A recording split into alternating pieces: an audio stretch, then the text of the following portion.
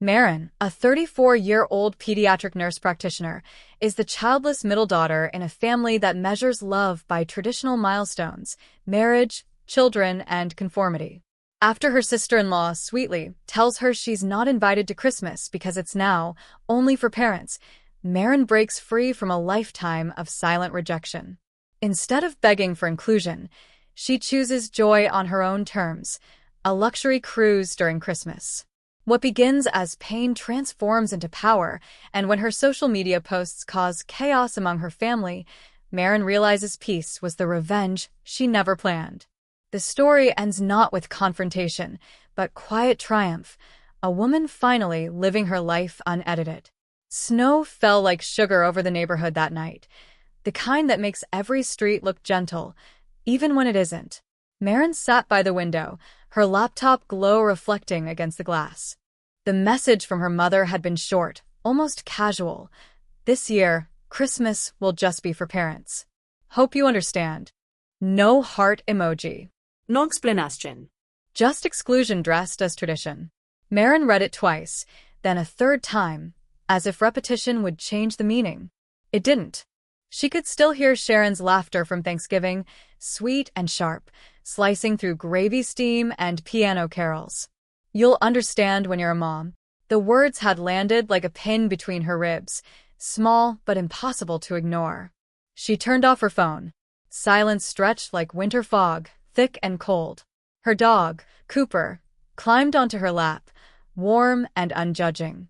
Marin stroked his fur and whispered, "Guess it's just us this year, buddy." Her living room glowed with a single string of lights she'd put up more out of habit than joy.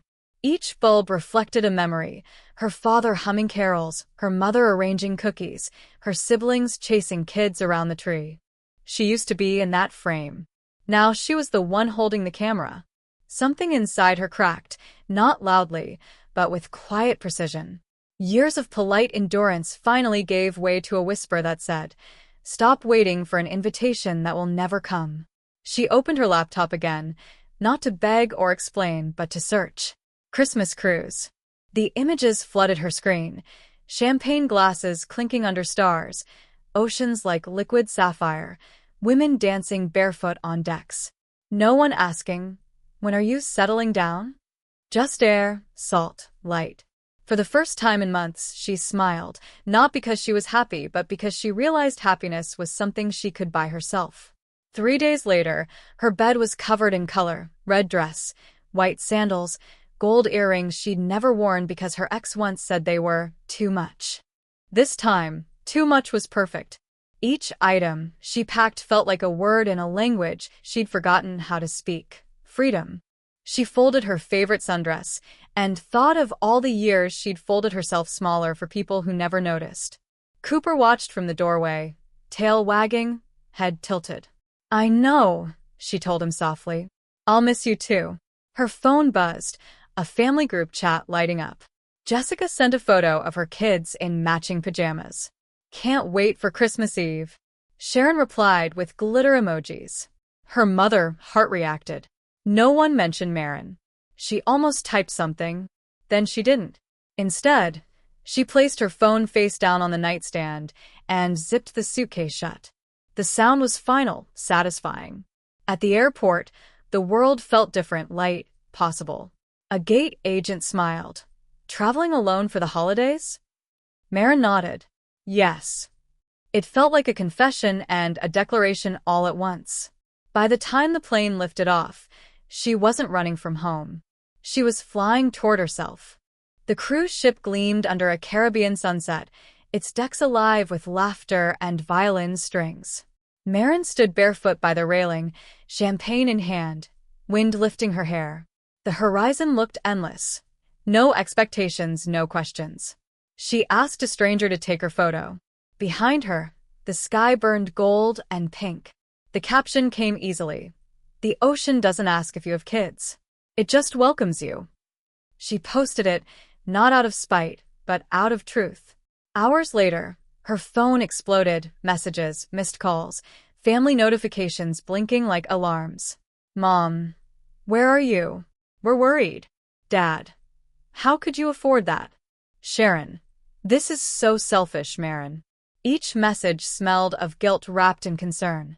She read them all once, then laughed, a sound she hadn't heard from herself in years. She ordered lobster, champagne, and chocolate cake for one. When Sharon's call came again, she answered. Do you have any idea what you've started? Sharon hissed. Mom's crying. People are talking. Then maybe, Marin said softly, you should have thought about that before you uninvited me. Are you punishing us? No, Marin smiled. I'm celebrating. And she hung up. The ocean roared beneath her, as if it agreed. Days passed like dreams. Mornings smelled of coffee and sea salt. Afternoons shimmered with sunlight on water. She met strangers who danced without asking where she was from or who she belonged to. At night, she'd walk the decks alone, wrapped in a shawl of starlight, thinking how peace can feel terrifying when you've never known it before. Back home, the messages kept coming. Jessica's tone turned sweet. We miss you. You didn't have to go that far. Her father wrote, You're being dramatic. But her mother's latest message stopped her thumb mid-scroll. Maybe we made a mistake. Marin stared at it, heart softening for just a moment. Then she typed and deleted a reply 3 times before finally setting the phone down. Some silences are sacred. The sea reflected moonlight like silver threads, and she realized something profound. She wasn't lonely. She was alone, and that was different. Christmas night arrived with a concert on the upper deck. The band played slow jazz. Couples danced under strings of gold light. Marin leaned against the railing, hair loose, dress red as sunrise. When the fireworks began, she didn't think of her family's dinner or empty seat at the table. She thought of every version of herself who'd begged for belonging. The sky bloomed with light, crimson, sapphire, gold, and for the first time, she didn't wish anyone were there to see it with her. Her phone buzzed again. Mom, we were wrong. Marin smiled, not bitterly, not triumphantly, just softly. She typed nothing back, because some apologies don't need replies. The ship drifted quietly toward St. Thomas, the ocean like glass. Marin had breakfast on her balcony, fruit, coffee, and sunlight. She looked out at the horizon and whispered, Merry Christmas, Marin.